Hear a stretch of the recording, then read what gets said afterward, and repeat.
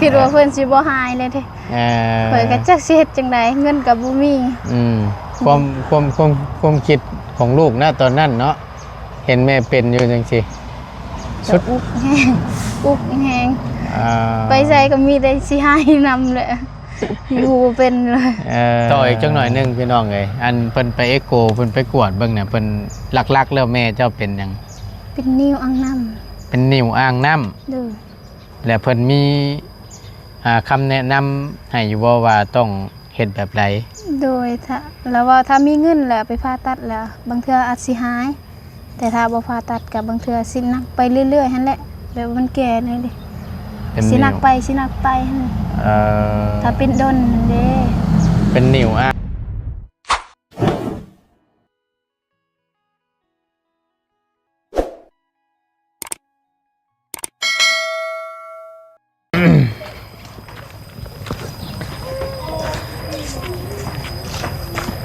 มาพี่น้องเอ้ยพบเจอกันเนาะพี่น้องเนาะบรรยากาศช่วงนึงแรงตัวพากันเฮ็ดไปสั่งเด้บาทนี่บ่ได้เข้ามาล้นเติบแล้วบ่ต้นก็ได้เนาะก็ผ่านไปผ่านมาแต่ก็บ่ได้ถ่ายคลิปสบายดีพากันเฮ็ดหยังนั่นเฮ็ดหยังไว้มาดุงมานึ่งข้าวบ่เฮ้ยเนาะเฮ็ดหยังเนี่ยชื่อหยังเกาะเพิ่นว่าเมื่อวานทาราเนาะทาราไทยลาบ่ทาดาเฮ้ยเงียบแท้ไปโจกขีดินไปเอาไปโจกขีดินไปโอ้ใช้ไปโจกขีดินมึงด้วยฮะตัวฮ้อนเนาะโอ้ยพี่น้องเอ้ยบรรยากาศข้างในลีเอ้าซ้ำจังได้ทั้งแม่ก็คล้ายๆแนบไปกวดแล้วก็ไปท่านหมอวางยาให้ท่านหมอวางยาให้แล้วอยู่กับไผนี่นะแล้วใครๆนี่อยู่แล้วอยู่ไสนี่รับฮะอยู่ดีมีแห้งอยู่ขาดอย่างเดียวหลานเลยขาดยังขาดเงินใช้นี่แหละจะมีบ่แบ่งหนึ่งกว่าหนึ่งข้าวแรงคือหอนเลยเอ้าเนาะฝนสิตกเลยจะว่าได้ไหนก่อนมึงกินนี่หนึ่งข้าวนะรุงมาหนึ่งข้าวรุงไว้เป็นยังคือบนหนึ่งอยู่หันคือมันหนึ่งอยู่นี่จานดำเนาะอย่ามันเปื้อนบ่ยันมันสีดำก็ได้ง่ายมาเฮ็ดอยู่มองนี้หนึ่งเลยโอเคละเนาะอันไปพาไปเบิ่งแน่ให้แม่เจ้าหน่อยไปจักหน่อยลูกเจ้าด้วยซะมันเราปิดก่อนฮะเพิ่นไปทั้งใดแหละเอาให้อีด่าเพิ่นไปเอานั่นก่อนไปน้องเนาะเอาลูกเพิ่นก่อน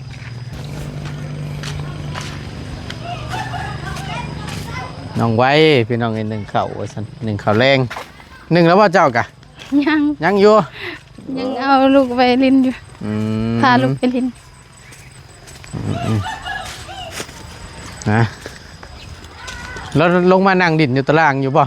โดยใครอยู่ฉันคำว่าใครเน่แววว่าท่านหมอวางยาไปกวดวันนี้ได้เลยค่ะท่านหมอวางยาเพิ่นได้ใครๆเนี่ยบ่โดยดีแล้วฉันทางผู้ใหญ่เพิ่นฝากเงินมาให้เลยโอ้ยขอบคุณหลายๆเนาะโดยผู้ใหญ่ทั้งอาจารย์เล่าพี่น้องได้สดซอยก็ได้ค่าขืดค่ายาไปหาหมอเราอยู่เทิงบ่ลงมาได้อยู่บ่จักเราไปใส่เราไปตั้งแต่เลยถึงเลยก่อนสิน่ะเห็นเรานอนบ่จักไม่ใช่ละถึงบ่จักโดยได้ยังกินนั่นแกงหน่อไม้โอ้ยเนาะฟังเพลงม่วนแต่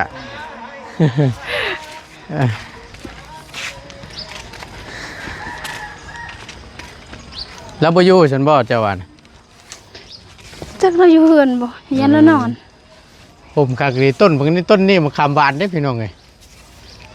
นี่ เล่นเป้ให้ป่ะ ญาแล้วคำว่าเราไปหาดินกับญาแล้วหลอกบ่เป็นหยังซะ ดูว่าเราให้ดีเลยเด้ บ่ได้ปันได้บ่ได้กินข้าวหั่นแต่เราอยากไปลินเด้ดนบ่ได้ไปลิน ดนแล้วบ่ได้ไปดิน เดือนหนึงแล้วอยู่แต่เฮือนนอนมีแต่นอนซื่อ เบิดเท่าไรอันค่าไปกวดพาเราไปหาหมอนะ ล้านหนึง ด้านหนึง โดย เป็นวางยาให้กินบ่ โดย ขออนุญาตตั้งกล้องก่อนพี่น้องเลยพอดีทั้งบ่ตุนก็ได้ให้น้องเพิ่นเอายามาเบิ่งก่อนเนาะว่าเป็นแบบใดแน่เพิ่นกินถึกอยู่บ่น่าจะบ่เป็นหยังฉลาดบ่เป็นหยังเนาะพอดีซื้อนมมาฝากกันลูกเพิ่นพี่น้องเลย60,000พุ่นนี่พี่น้อง60,000เนาะ เราเมียนไปดีเว้ย ยันมันเฮีย เครื่องเขาอีกก็หันกันหมดล้านเอา บ่ หมดล้านชีกที่ประมาณนี้ ร้านชีกทีมเลย โดย โอเคนั่งนี่ก็ได้ ไม่ได้ โอย า เค จากเพิ่นเอาไปใช้ละยา ไปกวดนี่ไม่ไปกวดกับวางยาให้กิน โดย เบัดเท่าไรเลย หมดล้านหนึง ด้านหนึ่งพอดีเลยโอ้ ทางอีโคทางยา เอานมเห็นว่าลูกเจ้ากินนมมันนี่ จ้ะ เล็กแต่ซอยป่ะ โดย โอเคชื่อยูฮันอันน้องไส้นี่แหละพี่น้องไงเนาะก็เลยแวะเขามาถามเมื่อก่อนว่าเป็นอะไรหลังจากที่ป้าเมย์ไปกวดเมื่อวานนี่วะก็เลยกลับขึ้นมาเลยตอนแรกมาต้นก็เลยบริแวะหาพี่น้องไงเนาะก็เลยมามื้อนี้ก็เลยแวะยามถามข่าวก่อนก็ดีแล้วคำว่าเราใครเนี่ยกินหลังจากที่ได้กินยาอะไรกัน โดยเรากินมื้อหนึง3-4 อันคล้ายๆเนี่ยปวดวันนี่ โอ้ถือว่าดีได้ใช้คำว่านั่นนะ ก็ดี ไปเมื่อวานนี่ โดย แล้ว เพิ่นคล้ายๆนะเพิ่นก็ดีใจแฮงแล้ว นี่ ก็คิดว่าเพิ่นสิบ่ได้ดีเลย เนาะคือย่านแล้วปกติแล้วก็เป็นห่วงแล้วพี่น้องไงน้ำลูกน้ำส่วนลูกเนาะผู้เป็นแม่นี่ก็คือว่าหั่นแหละเห็นแม่บ่สบายก็ลักๆเลยแหละ ก็อุกใจยานเพิ่นบ่หายนั่นแหละแต่มีผู้ใหญ่ใจดีเพิ่นโอนเงินมาให้แล้วไปกวดเพิ่นก็คล้ายๆแน่ก็ขอบใจทางเพิ่นหลายๆ โอ้ย ถ้าบ่มีเพิ่นก็จักสิหายหรือบ่แหละถ้าเฮาบ่มีเงินเด้สิพาเราไปก็บ่มีเงิน จักสิไปหาอยู่ไสเนาะน้องเนาะแต่ละมื้อนี่ก็คือเห็นแล้วพี่น้องเอ้ยจักกันได้เอาลูกแน่ทั้งน้องเพิ่นนี่ก็ได้จักกันได้หาอยากหากินแน่แต่ละมื้อ ผันแม่ผันว่าป่วยอีกบาทนี่มันลดโอ้ยลุ่มเล่ามรสุมลดแล้วเนาะ โดย แต่ก่อนเราพอได้อาศัยอ้ายนะอ้ายผัดโบอยูซ้ำมันนะมันลดยากบาทนี่พี่น้องเลยก็ดีแล้วเนาะแต่ว่าเพิ่นแข็งเหือกแข็งแห้งก็มีแต่กินให้มันถึกหันแหละยากัน โดย ที่เพิ่นวางไว้ให้นะกินให้มันถึกให้มันตรงเวลาอย่าให้ขาด โดย กินข้าวสมมติว่าเพิ่นให้กินมื้อนึงทึกเทื่อ 3 เทื่อ ตอนเช้า โดย ตอนเที่ยงตอนแรง โดย หลังอาหารบ่ ถ้ามื้ออื่นมื้อคือก็ให้เราเฮาไปเอาอีก ให้ไปต่ออีก โดย โบคำว่าอ ไป ยาก ซักเลยนะ เอา ไปซักไหมโดย คำว่าอยากให้ดีกับอันคำว่ากินอันนี้ให้มันขาดเด้อ โดย สมมติว่าเขากินมาแล้วพอใกล้สิเบิดแล้วบ่เผาเห็นเบิดก็อย่าให้มันยังเหลือจักว่าประมาณจักชุดหนึ่งบ่หรือ2 ชุดหรือว่ายังได้กินอยู่2 ครั้งนะแล้วไปเอาก้อนรถเอาชุดตัวนี้ไปเอาแล้วก็พาเราไปกวดไปยังนี่ก็คำว่ามันว่างยา ไปซักเลยเพิ่นว่า โอ้แล้วเมื่อวันยังเขากินให้มันต่อเนื่องตอนเช้าตอนเที่ยงตอนแรงแต่ละมื้อถ้าว่าขาดปุ๊บคาบหนึ่งหรือว่าช่วงใดช่วงหนึ่งนี่ซ้ำเขาเริ่มไหม้พุ่นแล้ว โดย เพราะว่าถ้าว่าพอเขาขาดช่วงมันเนี่ยก็เสียวันเพราะฉะนั้นเราเลยกินให้มันต่อเนื่องกันยามันก็จะได้ทันกันนะพี่น้องเลยเนาะมีแต่ว่า กับเบิ้งน้ำแล้วเจ้ากะผู้เป็นลูก โดย เบิ่งน้ำแม่ ดีใจด้วยเนาะ ดีใจแฮงค่ะคิดว่าเพิ่นสิบ่หายเลยเด้ ข่อยก็จักสิเฮ็ดจังไดเงินก็บ่มี ความคิดของลูกนะตอนนั้นเนาะเห็นแม่เป็นอยู่จังซี่ สุดอุกแฮงอุกแฮงไปใส่ก็มีแต่สิหายนำเลยอยู่บ่เป็นเลย เข้าใจอยู่น้องเอ้ยเฮ็ดได้ซะเนาะสุดแต่อยากพาแม่ไป โดย แต่เฮาก็บ่มีเงิน โดย มันลดยากเนาะจักสิไปหาค่าหาขายหยังจึงสิได้เงินได้คำ ขายหน่อไม้แต่เช้านี่ก็ ได้เท่าไหร่นะ อันนั้นหั่นเด้คนดังอยู่ไทยหั่นเด้ คนดังอยู่ไสไปดิบัดนี้พี่น้องชื่อจังไดก็ จักมันได้บ่มันเขาซื้อหมู่ให้น้องสายหั่นเด้คนดังคนอีสานหั่นเด้ คนดังคนอีสาน โดย จักเป็นไผพี่น้อง เราเคยมาลาวเขาตลอดเลย ลุงมันหยังลุง ลุงหยังเช็คกรุ๊ปขาดบ่ โดยโอ้ลุงแม็กนั่นบ่ แม่นเลย โอ้ไอ้แม็กพี่น้องเอ้ยเนาะเลาะตลาดตะลี่นั่นเราอ่ะ เพิ่นแหละซื้อซอยกินค่ะ โอ้ ได้เส้นหนึง แล้วก็ ๆ ให้เบาดีไปแกงอยู่เฮือนลุงเฮิมอีกถุงหนึงเนาะ น้อยเราขึ้นมาพี่บ่ โดย โอ้ แล้วมากินไข่อยู่เฮือนนางไส บ่ กินข้าว กินข้าว โดย โอ้ยดีละสันพี่น้องเอ้ยเนาะก็ขอบคุณทั้งไอ้แล้วหลายไอ้แม็กพี่น้องเลาะตลาดตะลี่เนาะก็สิฮู้อยู่ดอกเนาะ เบาดีเพิ่นกินข้าวอยู่เฮือนนางไสเพิ่นหันพาไปพาเมื่อลุงแม็กหันเราพาไปพาเมื่อให้เครื่องของบ่หลายๆให้เขาค่อยนี่ ดีละเนาะทั้งไอ้เพิ่นก็ได้สดซอยซื้อหน่อไม้ซอยทางน้องเพชรปานนี้พี่น้องเอ้ยก็น้ำใจเนาะแล้วก็เครื่องของน้ำแน่พี่น้องเอ้ยสดซอยทางน้องเพิ่นเอาเพิ่นมานํกันจักคนน่ะ 2 คน 2 คน เพิ่นพาไปพามานะ เอา เพิ่นพาอีหลี ๆ จักมันยัง จักเป็นหยังติเพิ่นอยู่นำจักนาทีคืออยู่เฝ้าแท้ จักโล ฮอดอยู่บ่3นาที 30 นาทีเพิ่นไหวอีหลีนะเพิ่นไปปุ๊บปับเพิ่น จักมันยังไหวอีหลีเพิ่น เพิ่นพาไปเด้เพิ่นพาไปใช้ มีเวียกเพิ่นนั่นแหละ โด เนาะ ย เคยพ่ออ้ายแล้วอยู่เถือก่อนพี่น้องเลยอยู่เชฟโปนอ้ายเพิ่นก็ ใจดีแฮง ขึ้นมาแล้วโอ้ยเลยอ้ายเราไปเบิดละขึ้นเหนือล่องใต้ป้าดโทพี่น้องเลยยอมรับอยู่เนาะ โดย ไปหลายหม่องหลายบ่อนพี่น้องเลยทางอ้ายเพิ่นก็ได้สิฮู้ดีไอ้แม็กเนาะอยู่ฝั่งไทยอ้ายเพิ่นอยู่ไทยพี่น้องเลยไปข้ามมาลาวเฮานี่ก็บ่อยเนาะมาเฮือนน้องไส้นี่จักเทื่อแหละ จัก จำได้อยู่บ่ จักแหละบ่ฮู้ข่อยหากับพ่อเราเทื่อเดียวนี่คือว่าใจดีแฮงเราให้เขาค่อยซองถุง ให้ข้าวซองถุง โด ข้าวหยัง ถุง ก็ 10โลถุงหนึง10โล โอ้ ข้าวสารหั่น ถุง5 โล 10 โลอันบ่ โดย ดีแล้วสันดี ซอง แล้ว ถุงก็20โลแล้วเอาให้ อืม แล้วก็เครื่องอีกขนมอีกให้ลูกค่อย โดย บักหลายๆแล้วเอาให้ ตื่นเต้นเลยเนาะ โดย ให้น้องใส่กับบักหลายๆแล้วให้ ทางกระเป๋าทางอีหยังอีใส่จนบูด หนูจะกุ้มเฮ็ดแหละพ่อรู้อยู่น้องใส่พ่อทางอ้ายเพิ่นขึ้นบ่ต้นเย็นอยู่รอบก่อนๆน่ะพี่น้องอ้ายเพิ่นก็แวะเข้ามาหาอันน้องใส่นี่แหละรอบก่อนๆน่ะก็ได้เย็นอยู่เนาะก็ผ่านไปผ่านมานะพี่เราว่าแล้วก็อ้ายเราเคยแวะแล้วก็แวะเนาะเห็นเราขึ้นมารู้อยู่เขาเมืองน้องน้ำแน่เสียหน้าพี่น้องเลย ว่า คือสิไปทั่วประเทศเนาะ นายเราก็ไปกับหลายหม่องหลายบ่อนนายเพิ่นไปขึ้นเหนือล่องใต้ไปเบิดไปเลาะ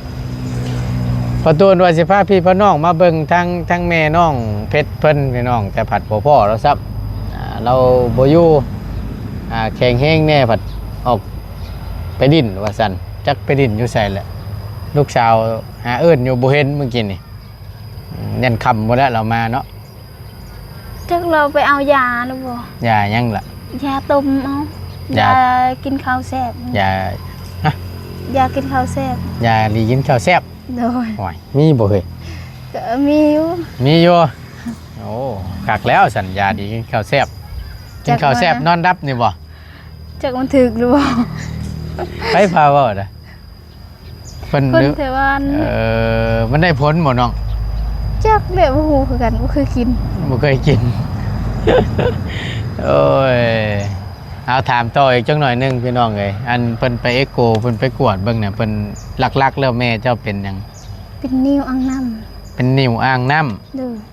และเพิ่นมีคำแนะนำให้อยู่บ่ว่าต้องเฮ็ดแบบใด โดยถ้าแล้วว่าถ้ามีเงินแล้วไปผ่าตัดแล้ว บางเทื่ออาจสิหาย แต่ถ้าบ่ผ่าตัดกับบางเทื่อสิหนักไปเรื่อยๆหั่นแหละแบบมันแก่เลยดิ เป็น สิ นิ่ หนั ว กไปสิหนักไปหั่น เอ่อ ถ้าเป็นดนนั่นเด้ เป็นนิ่วอ่างน้ำเป็นนิ่วทุงวีนี่บ่แม่นบ่พี่น้องเอ้ยเป็นนิ่วอ่างน้ำ ยาตัวนี้เราให้กินก็อันนั้นแก้ได้ชั่วคราวเด้บ่ได้เจ็บได้ชั่วคราว ถ้าหมดยาแล้วก็หมดเขาซักอันก็เจ็บอีก ที่ว่าง่ายๆก็เป็นยาระงับเนาะ โดย ระงับ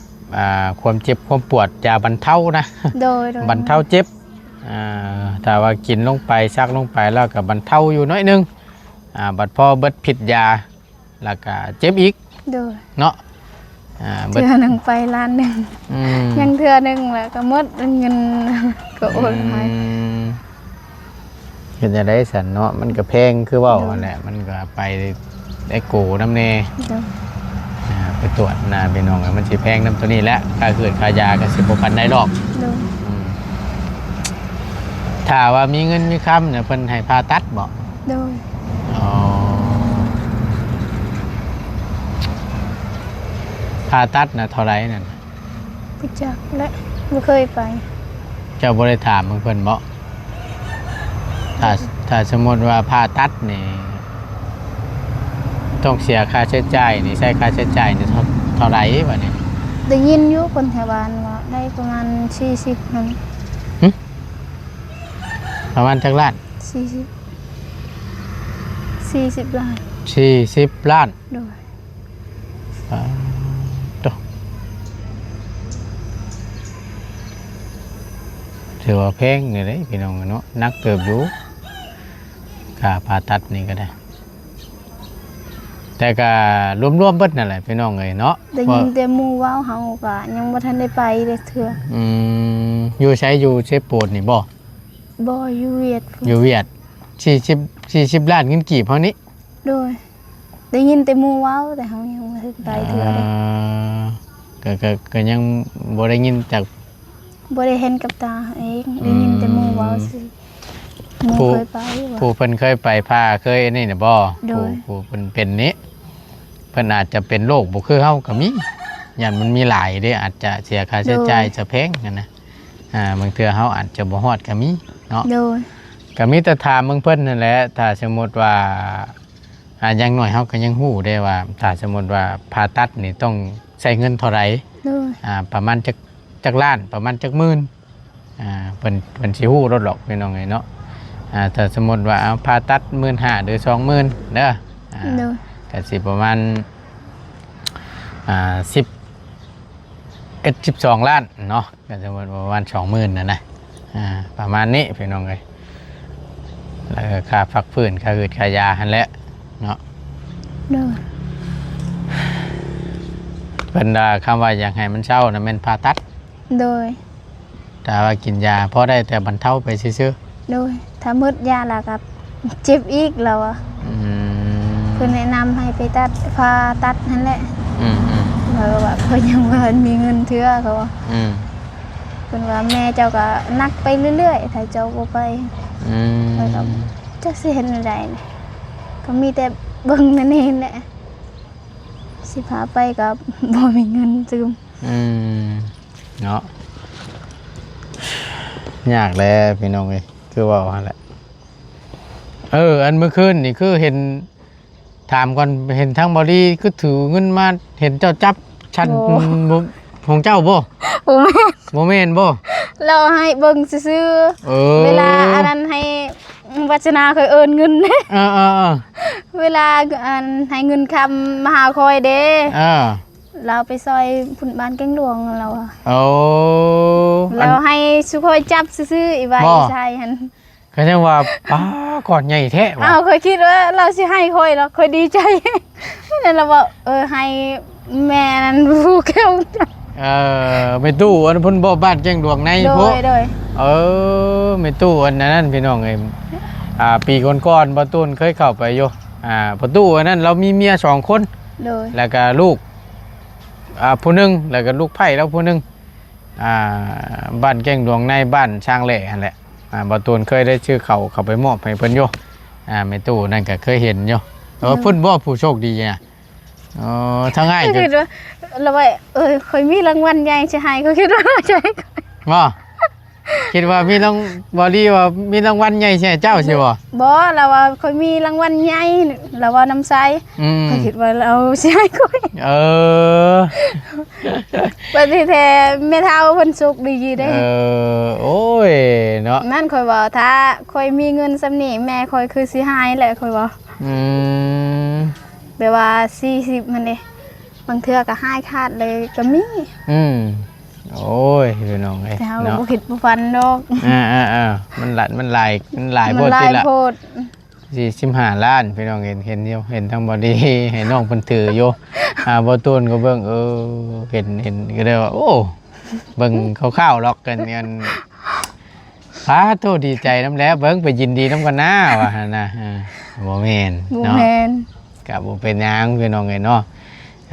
ก็คือทางบอดี้นี่ให้จับให้อัน ใส่ไว้จับ ให้จับแล้วให้อันมีกำลังใจว่าสั้นซะ โดย โอ้ยเนาะ ไว้เว้าถ้าค่อยมีเงินนี่ก็สิโดดแต่เฮือนอีใส่เว้าถ้าค่อยมีเงินนี่ก็สิบ่นอนหมดคืนเลยแล้ววะ กำไรเงินหลายจังซั่น จับ ได้ เงินนั่นเด้ โอ้ เบาลีให้นี่สุค่อยจับเด้ ไว้ก็ว่าละค่อยมีเงินค่อยสิโดดลงแต่เฮือนเลย โดดลงเงินชาฮักเฮ็ดได้ฉัน จับเงินบักหลายๆเด้ มันยังสิบ่คุ้มซะเนาะ ตั้งแต่เกิดมาไผสิเคยจับเนาะ บ่เคยจับเทื่อ เอาเนาะก็ดีใจนำไปตู้เพิ่นพี่น้องไอ้ที่ได้รับความเมตตาความช่วยเหลือจากผู้ใหญ่ทางเบาดีเพิ่นเนาะก็เห็นเบาดีรอบก่อนนั่นแหละเห็นเบาดีเว้าสุพังอยู่ว่ามาเหมาเครื่องอยู่หั่นน้องไส้นี่แหละแต่ว่าซื้อเครื่องซื้อของเขาไปให้ทางมีตู้เพิ่นรอบนี้ก็น่าจะแม่นล่ะจะว่าซ่อมแซมเพื่อนประจักเห็นเฮ็ดเพื่อนแล้วประจักเนาะ เพิ่นก็บ่มีฮอดเพิ่นสิอยู่ โอ้เจ้าเห็นแล้วบ่ เคยเข้าไปดิ สุดดีเลยพี่น้องเพื่อนมีตู้แล้วก็แต่ดูต้นสาธุแล้วพี่น้องเนาะทางผู้ใหญ่เพิ่นชดช่วยทางมีตู้เพิ่นก็ได้ ข่อยก็ดีใจนำดีใจนำเพิ่นบ่มีคือเขาอีนี่ เนาะ เพิ่นทุกข์อีนี่ เพื่อนสิอยู่ก็บ่มีตะกี้ยังลูกไฟเราไปผ่าตัดจักว่าลูกเราบ่ผ่าตัดแต่บ่มีเงินเด้มีแต่เขาหยังบ่จักมันยังเขาเฮ็ดหั่นเราไปยากได้ลูกคุณเขาไปผ่าตัดอยู่เวียงพุ่นเขาส่งต่อหั่นเราบ่มีเงินอยู่สิบนนี่เขาเขียนใบหยัง ใบน้ำส่งใบน้ำส่งก็คือแต่ว่าอยู่เชฟโปนเพิ่น บ่ใบทุกยากใบทุกยาก ใบ เพิ่นบ่มีดีเด้ ว่าง่ายๆก็คือคำว่าอยู่ฝั่งไทยก็แม่นบัตรคนจนนะพี่น้องเอ้ยเนาะ โดยแม่นแหละ อยู่พี่ก็คือกันเพิ่นเฮ็ดใบนั้นให้ โดย ว่าไปยื่น เพิ่น นี่ บ่มีดีเด้อีต้นเพิ่นตั้งแต่ตอนนั้นค่อยก็เข้าห้องหมอคือกันตอนเพิ่นเข้าห้องหมอเพิ่นบ่มีกีบเดียวกับเพิ่นบ่มี ผู้บ่มีก็บ่มีดีเลยพี่น้องเอ้ยแต่ดูตนอยู่เพราะแสดงว่าเพิ่นลูกไผ่แล้วนี่เคยได้ลูกมาแล้วนี่บ่แต่ว่ายังอยู่บ่ลูกเราตนคนนั้น จักได้บ่ฮู้คือกันดนแล้วบ่ได้เข้าไป นั่นแสดงว่าไรไหมสาเห็นบอดี้เว้าอยู่มื้อนั้นคือว่าลูกยังน้อยๆนึง จักผ่าตัดลูกแล้วจักผ่าตัดอีหยังบ่ บ่ ฮู้คือกัน ลืมเนี่ยดนเลย โดนเติบแล้ว โดย โอ้ยพี่น้องเลยเนาะเอาจังใดก็ดีใจนํเนาะ โดย ที่ เห็นบอลีเอาให้ก็ดีใจนำเลย เพิ่นทุกข์อีหลี ก็เจ้าก็ภาวนาเนาะก็คือว่าจับให้มันเป็นบุญนะพี่น้องเอ้ยเนาะโอ้ยมื้อใดเด้สิมีโชคล้นทับจะรับเงินก้อนใหญ่คือจริงๆนะให้เรียกมานะว่าแล้วก็ บ่มีหรอก เอาละ บ่คิ พี่ ด น้อง ว่าพันดอกว่าสิมีมื้อนั้น ถ้าว่าได้เงินหลายจังซั่นนี่แม่นี่คงสิเศร้าเนาะ โดย อ่าโอ้ยพี่น้องเอ้ยจังใดก็ฝากหน่อยเด้อพี่น้องเนาะทาง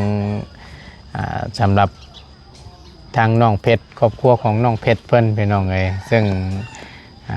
เป็นสาวรักเลยก็ว่าได้เนาะเลี้ยงลูกเลี้ยงแม่เบิ่งแย่งแม่ก็บ่สำบายบ้านนี่มันลดจ้ากินหยังอีจ้าเนาะมันก็บ่ติแล้วพี่น้องเอ้ยผู้หญิงโตผู้เดียวว่าซั่นซะคือทางผู้ผัวเพิ่นนี่ก็คือได้เลิกลาย่าห่างกันไปเรียบร้อยแล้วเนาะก็คือถือว่าเล็ดขาดแล้วบ่เล็ดขาดแล้วบ่กับ โด ผัวย ย่ากันดีบ่ ยากัน เพิ่นบ่มายุ่งวุ่นวายแล้ว บ่มีแต่ตอนนั้นแต่ปีใหม่เพิ่นมาเอาลูกเพิ่น อื เพิ่น ม บ่ได้ไปบ่ ทั้งปู่ทั้งย่าเพิ่นว่าได้ซะ ปู่ย่าเพิ่นอยู่กันมีแต่แม่เพิ่นแหละก็บ่ได้หยังก็แนวเขาสักนี่แหละ อืม ใครสิอยากเห็น เพิ่นบ่มักเจ้าโอ้ยพี่น้องเอ้ยเอ้าจังได๋ก็สู้ๆเป็นกำลังใจให้ล่ะเนาะเริ่มต้นใหม่ชีวิตใหม่ โดย จังไดพี่น้องเอ้ยสู้ต่อไปนี่แหละเนาะบ่ได้เห็นซ้ำพี่น้องเอ้ยทางแม่เราก็ได้เนาะบ่เป็นหยังมีแต่ว่ามือใหม่เนาะเดี๋ยวเข้ามาอัปเดตเยี่ยมยามตามข่าวเบิ่งนํกันเนาะ โดย ไปทางง่ายกลับก่อนบัดนี้ โดย ขอให้โชคมานร่ำรวย โดขอบใจคือ สบายดีไปพี่น้องกันมาไหมไอ้นั่นแหละนุ่มไว้ให้เพิ่นกินเพิ่นเบิดบ่นี่ เอามื้อนั้นก็หมด บ่ ยังเอาให้บ่เช่นว่ายังมานำบ่ลาวหันหมดได้ เออ นึงเรากินจนท้องเสียลูกคอยหันกินนะนี่ กิน หยุดเลยกินหมดแล้วก็กินอีกกินหมดแล้วก็กินอีกจนท้องจนเสีย กินเก่งกันดิเนาะโอ้ยเอาไปให้เพิ่นกินเด้อสบายดีน้องสบายดีอยู่ดีมีแฮงพี่น้องไปขอบคุญขอบคุณหลายๆเด้อลำลาแล้วสบายดีเด้อ